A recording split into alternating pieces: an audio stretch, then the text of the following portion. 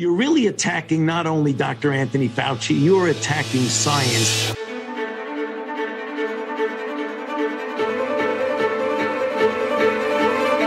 Science has an air of authority. So people who want to push back on authority, push back on science. Science is about constant skepticism, constant questioning, and you didn't see any of that. You saw a narrative. In a 20-month period, they obliterated all the Bill of Rights, the United States Constitution, with no objection in the American press.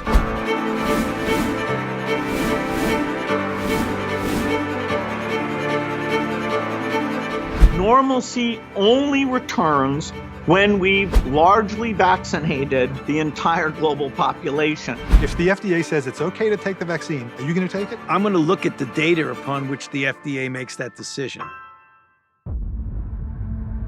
They pay us hundreds of millions of dollars a year to hire and keep the reviewers to approve their product. The CDC continues to recommend that people who have been previously infected get their COVID-19 vaccine. CDC study suggests getting the vaccine will offer you much stronger immunity to COVID than natural immunity.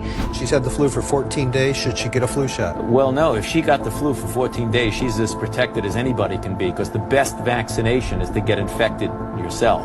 I've already had COVID, I'm protected, and now the study says maybe even more protected than the vaccine alone. Should they also get the vaccine? I don't have a really firm answer for you on that. People who have already had the virus be recommended to get the vaccine as well. The answer is yes. Over 11,000 pages were released. The first bombshell in the document is that natural immunity works and Pfizer knows it. And there were no hospitalizations or deaths in the individuals who were vaccinated. But you now have 3 highly efficacious vaccines. There's no doubt about that. And there have been no hospitalizations or deaths in multiple countries. Another revelation from the documents was that adverse reactions were more frequent and more severe. It interestingly states some facts that have been labeled by the mainstream media as being misinformation. The consent form lists several possible side effects, including myocarditis. A new study describes how 23 service members later developed chest pain and sought medical attention. 82,000 per year to 863,000 neurological issues which would affect our pilots. Over 1,000% increase in 1 year. And it looks like in the first 3 months there was 42,000 adverse events reported and 1,223 deaths. A total of 10,262 COVID-19 vaccine breakthrough infections had been reported from 46 U.S. states. If you get vaccinated, you are protected. For every one person that the vaccine saves from COVID, it kills 4 people from fatal cardiac arrest.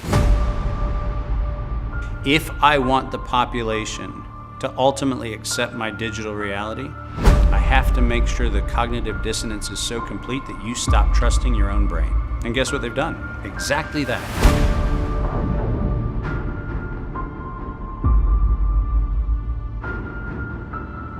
The reason that only one drug has been made available, AZT, because it's the only drug that thus far has been shown in scientifically controlled trials to be safe and effective.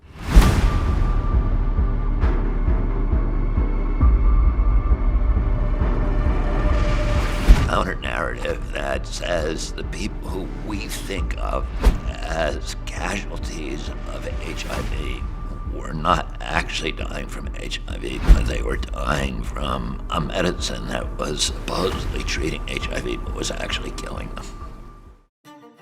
You can't take what's normally a decade-long process for developing a product and ensuring its safety and efficacy and compressing it into 6 to 9 months and not cut some corners. That's just absurd. We did not fund gain-of-function research to be conducted in the Wuhan Institute of Virology.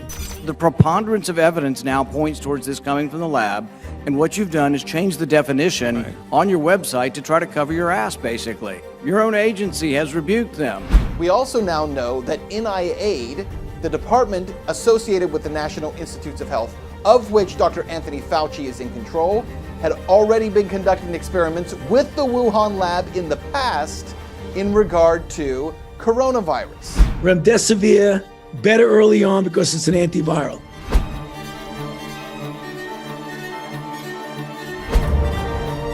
This is the truth, and it's based on data. That's what we live by. Data, evidence, truth.